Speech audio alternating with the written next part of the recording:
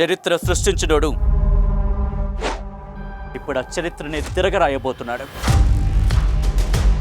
అబద్ధాల గోడల్ని బద్దలు కొట్టి నిజాలను రాగా మీ ముందుంచబోతున్నాడు. నిజమైన వార్తల కోసం వెంటనే డౌన్లోడ్ చేసుకోండి రా యాప్ని. ఓం నమ శివాయ.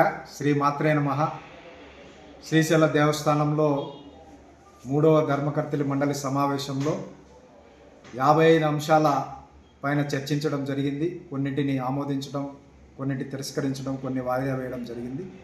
వాటిల్లో ముఖ్యంగా శ్రీశైల దేవస్థానంలో విజిలెన్స్ డిపార్ట్మెంట్ డిఎస్పీ స్థాయి అధికారిత ఏర్పాటు చేయాలని బోర్డు తీర్మానం చేయడం జరిగింది.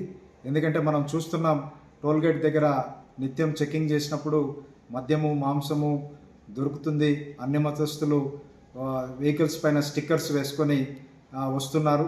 వీటన్నిటినీ కంట్రోల్ చేయాలంటే ఒక విజిలెన్స్ డిపార్ట్మెంట్ డిఎస్పీ స్థాయి అధికారి కావాలని ఇప్పటికే చైర్మన్గా నేను రాష్ట్ర ముఖ్యమంత్రి గారిని కలిసి గత వారంలో వచ్చి రావడం జరిగింది.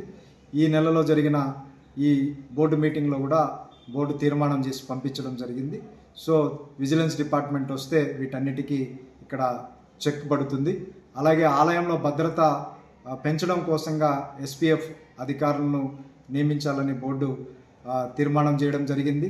శివరాత్రి, ఉగాది వచ్చే నెలలో వస్తున్నాయి కాబట్టి భక్తులు అధికంగా వస్తారు కాబట్టి పార్కింగ్ ఇబ్బంది లేకుండా అటకేశ్వరం దగ్గర 15 ఎకరాల ఎండోమెంట్ స్థలాన్ని శుభ్రం చేసి అక్కడ తాత్కాలిక షెడ్స్ వేసి పార్కింగ్ ఏర్పాటు చేయాలని తీర్మానం చేయడం జరిగింది.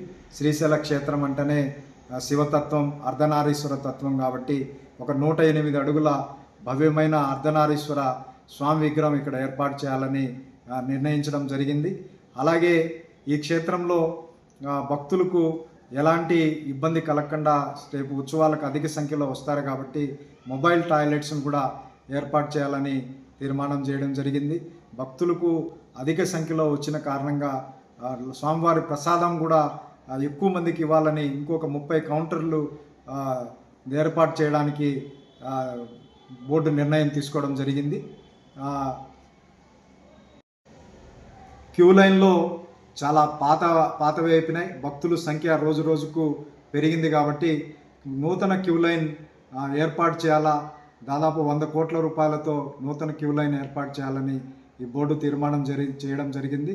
ఇప్పటికే క్యూ లైన్లో రోజుకు 40,000 మంది సరాసరి స్వామివారి దర్శనానికి వస్తే దాంట్లో రమారమి 32,000, 33,000 మంది ఉచిత దర్శనం చేసుకుంటున్నారు.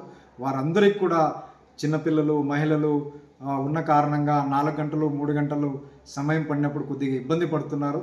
కాబట్టి వారిని దృష్టిలో పెట్టుకొని ఎగ్జిట్ పాయింట్లు కూడా ఏర్పాటు చేయాలని నిర్ణయించడం జరిగింది. ఎందుకంటే మహిళలు, చిన్న వృద్ధులు లేదా చిన్నపిల్లలు ఎగ్జిట్ పాయింట్లో బయటకు వచ్చి కొద్దిసేపు సేద తీరి మళ్ళీ స్వామివారి దర్శనానికి వెళ్ళే అవకాశం ఉంటుంది. కాబట్టి భక్తుల సంఖ్య అధికంగా పెరిగింది.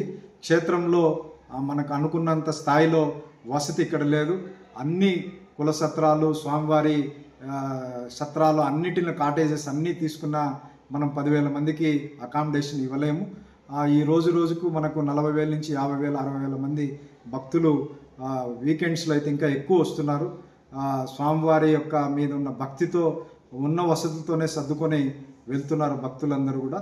రాబోయే రోజుల్లో వివిధ వ్యక్తుల ద్వారా లేదా రాష్ట్ర ప్రభుత్వం ద్వారా, కేంద్ర ప్రభుత్వం ద్వారా ఇంకా ఎక్కువ మందికి వసతి కల్పించేదానికి చౌల్ట్రీస్ను ఈ 2 సంవత్సరాల కాలపరిమితిలో నిర్మించాలని మేము అనుకుంటున్నాం. ఎక్కువ మంది భక్తులకు దాదాపు ఇంకొక 5,000 నుంచి 10,000 మంది భక్తులు వసతి ఉండే విధంగా ఏర్పాటు చేయాలని నిర్ణయించడం జరిగింది.